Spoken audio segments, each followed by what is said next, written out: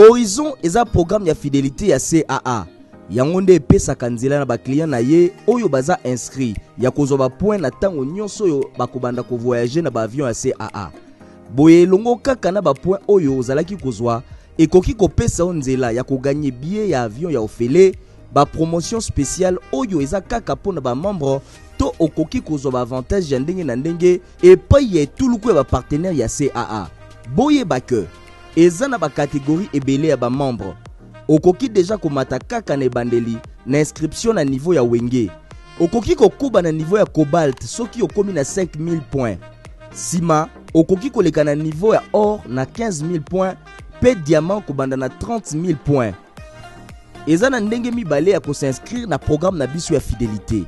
Ya liboso na nzela ya site internet na biso kende mbangu na www.caacongo.com. Sima beta esika bakomi créer mon compte, sima remplir formulaire o ekobima.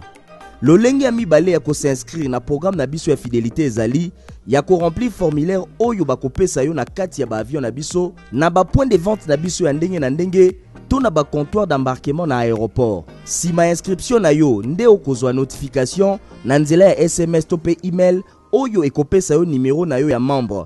Nzoka soki ozwi message oyo te otindeli biso message par email na horizon@caacongo.com to obengi na numéro oyo 082 000 2750.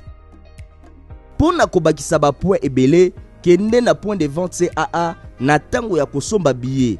Pesa mbala moko numéro na yo ya membre, nom na prénom, ndenge kaka batindelaka yo na confirmation. Soki obosani kosala yango na achat, okoki kosala yango na comptoir d'embarquement na aéroport. Okoki kotala solde na yo na lolenge mibale. Liboso, okoki kokota na site internet na biso pe okliquer na lien mon compte na page d'identification okomi numéro na yo ya membre pe okomi mot de passe. Boye okomona ba point na yo na likolo na côté gauche pe na droite. Lolenge ya mibale ya koyeba solde na yo eza kobenga biso na numéro 082 000 2750. Pona baye basombaka babie na biso na nzela ya internet. Sima ya kopesa ba identification na yo nyonso pe ba information ekoki kobosa na kopesa numéro na yo ya membre te pe ko remplir esika bakomi Air Miles number. Pona ba renseignement nyonso bobenga na numéro pe adresse email oyo eza affiché. Info Lingala ya vendredi 13 mars 2020 et bandi batata ba maman ba fidèle aimable téléspectateur ya journal à peuple pour na peuple mbote mingi na bino nyonso. Présidente ya Assemblée nationale Janine Mabunda abetaki masolo na ba maman ya administration ya Assemblée nationale na cadre justement ya célébration ya mois de la femme nyonso elekanaki kitoko mokolo ya jeudi 12 mars na salle de spectacle ya palais du peuple héritier Mapindemi Domi Bendelongwanza. Journée internationale de la femme 2020. Janine Mabunda a singé ba magnon soya administration ba tenir propre milieu de vie na bango. Journée à jeudi 12 mars 2020 et zalaki journée moko lokola misusuté na administration ya Assemblée nationale.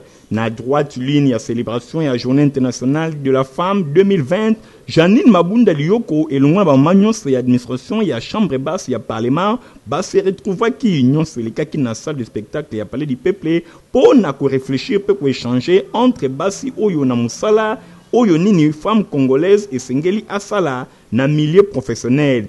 Ezalaki occasion pour la maman et administration et Assemblée nationale ba pesa pe ba doléance na bango et pa ya présidente ya Assemblée nationale. Azalaki touché pe atondisama ki na compréhension Janine Mabunda azwaki ba momoko esengeli pour na ko répondre ba préoccupation na bango pe atalisi ke ba préoccupation na bango nyonso batalisi ekozwabi yano oyo esengeli pe ba besoin na bango nyonso ekozwabi yano. Boye avantages sociaux pe biloko ya ndenge na ndenge ba avancement na grade et pa ya basi ekoye bana kosalema pambate oyo nyonso bango bazali ko déplorer. Janine Mabunda azwi yango pe en considération. Speaker ya chambre basse ya parlement a promettre bango ko examiner ba doléance nyonso pe ezwa basuti ya malonga. Bosimbake Janine Mabunda asengi na basi nyonso ya administration centrale bayeba na kosala makasi pe bosoto ezala soki mokete bisika bazali kosala. Eza solo ngonga ya esengo po eza makutano tozo lisanga ya bamama eza kaka sanza wana pe mokolo wana esika bamama bakutanaka yango wana lelo vraiment toyeba problème ya bapapa te bazala badepute bazala bapoliticien bazala banani lelo toyeli nde bamama ya administration ya assemblée nationale. Le 8 mars eza kaka lisanga mpona bama puta te eza esika oyo bamama basali moziki na bango po bamatisa bakobisa mayele na bango po batala ndenge nini basunga botombwa ya bamama esika oyo bazosala misala to esika bazovanda. Donc mpona bamama nyonso bamama ya misala bamama ya babokolaka bana batikalaka na ndaku eza ngonga na biso eza sanza na biso. Gouverneur ya Congo Central Atou Matubwana Kuluki akitaki mikoleleki na Mayombe pona kopesa lancement ya ba travaux ya route nationale numéro 12 simasima na bango Antimos Mundukumbo Héritier Mapinde. Toujours soucié ya ko répondre na ba préoccupation ya ba administrer na ye nde gouverneur à Congo Central Atou Matubwana akitaki mikolo eleki na Mayombe wapepa population baza konyo kwa mana likambo etali banzela surtout pona ko évacuer ba produits agricoles bakisa pe pona circulation na bango moko boye patron exécutif provincial apesaki lancement ya ba travaux d'abord ya kolongola ba salité pe kozongisa nzela neta ya malamu pour circulation ezonga malamu awa na tronçon Manterne Ntioni oyo eza na longueur ya 59,7 km mobimba boye ba travaux ekozala exécuté pa ya OVD pe ekozwa 45 jours. Cérémonie oyo esalemaki na présence ya administrateur à territoire ya Lukula pe ya Mwanda boye vice-gouverneur bakisa pe ba ministre provinciaux bazalaki présent na Milulu. Bosimbake na occasion Atou Matubwana gouverneur à province a profitaki pona ko annoncer na population ya ex-district ya bas fleuve mise en place kalate ya péage entre Matadi Boma na tina justement ya ko permettre na gouvernement central ya ko asphalter route nationale numéro 12 oyo pe eza na compétence exécutif national. Pona lisolo muki esengeli bosimba que route oyo sur le plan social pe économique et alimentaka en tout cas ba grande centre-ville ya Congo Central ya Kinshasa pe quelques pays voisins lokola Angola pe Congo Brazzaville. Vice-gouverneur Noram Bungumbungu a participé à Mikoleleki na culte et action de grâce na église CEAC Bongolo. Et zalaki na occasion ya célébration ya mois de la femme et longo na ba maman ba kumisaki nzambe pour na élévation ya vice-gouverneur Noram Bungumbungu lokola pouvoir na ye ndenge ye moko alobaka ke ezalaka na maboko ya ba maman Antimos Mundukumbo Ladi Landu ba pesi ba détail. Nansima ya élévation na ye lokola vice-gouverneur ya ville ya Kinshasa ba mama ya CAC ba kokaki ko ngama bokote na tina wana nde ba yambaki honorable Nerombungu bango nyonso dimanche 8 mars ba mama ya CAC ba yambaki ye na salle New Fonkobel oyo ezwami na quartier Kimbangu na commune ya Kalamu epai wapi mo bange na culte d'action de grâce et salemaki pour na ko remercier nkolo par rapport ya élévation na ye bosimba ke ba mama ba tondisamaki na esengo komona ke vice-gouverneur malgré à mati niveau kasi azali toujours kotika likambo etali nzambe te boye ayembaki elongo na ba mama pasteur na cadre ya chorale na bango pe na sima ba pasteur nyonso basanganaki po na kotika honorable Nerombungu vice-gouverneur ya ville ya Kinshasa epai ya nzambe na ndenge ye azali élevé nzambe yako batango nyonso na kotombola ye honorable Nerombungu fumabanga moyo vice-gouverneur apesaki pe na cadre ya action de grâce ba enveloppe ya kafu ba enveloppe ekuba epai ya nzambe bosimba ke numéro 1 ya ville ya Kinshasa gouverneur Gentini Ngobila yepe atindaki contribution na ye kaka pona kopesa na cadre ya makambo etali nzambe ye moko numéro 2 ya ville ya Kinshasa honorable Nerombungu apesaki ba précision na micro ya Info Lingala mukolo munene oyo ngai na communauté na ngai ya CAC tobongisaki lelo mpona kozala reconnaissant koloba na Nzambe merci. Éternel est mon berger, je ne manquerai de rien. C'est Dieu qui fait notre force.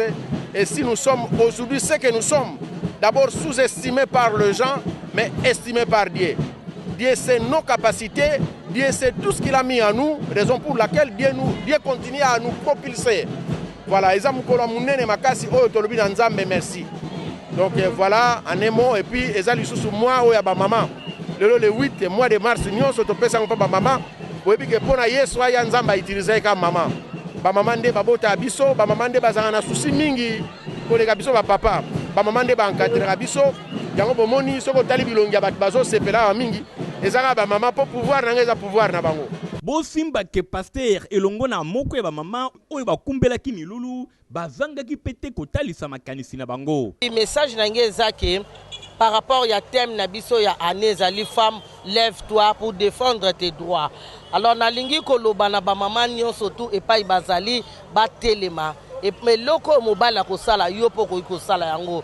Par rapport à moi de la femme ezaka kate ke moi ya kolata liputa ya komela ya kotambola non eza moi o ba maman nyonso tout ba na conscience na eloko yo ba koki ko sala. Ezali mokolo moko yobi ke epesamaki na niveau international que le monde mobimba bazo célébrer journée oyo bazali ko tala makamunyo setali basi ezaka fête ya ba mama te mais journée oyo tala makamunyo setali basi promotion na bango intégration na bango na société valeur oyo to seli ko pesa na nyo setali bo mama.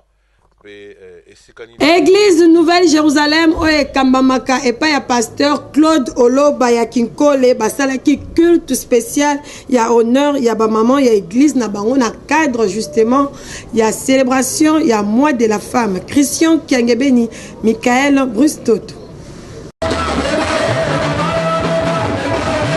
Animation ya kafu à travers louange lenda nde caractérise qui mo banqué na culte oyo spécial à l'honneur de la femme awa na église Nouvelle-Jérusalem na Kinkole commune ya Nselena Veni Kamanyoka. Bosimba ke milulu oyo ezalaki possible grâce ya bokamemi ya Maman Clémentine molongani ya pasteur Claude Oluba responsable ya église oyo Mama Ida Mbuinde akumbelaki modération kitoko ba témoignage ezalaki ya ndenge na ndenge bakisa ba cantiques individuels ya ba mama pe louange ya mokwake.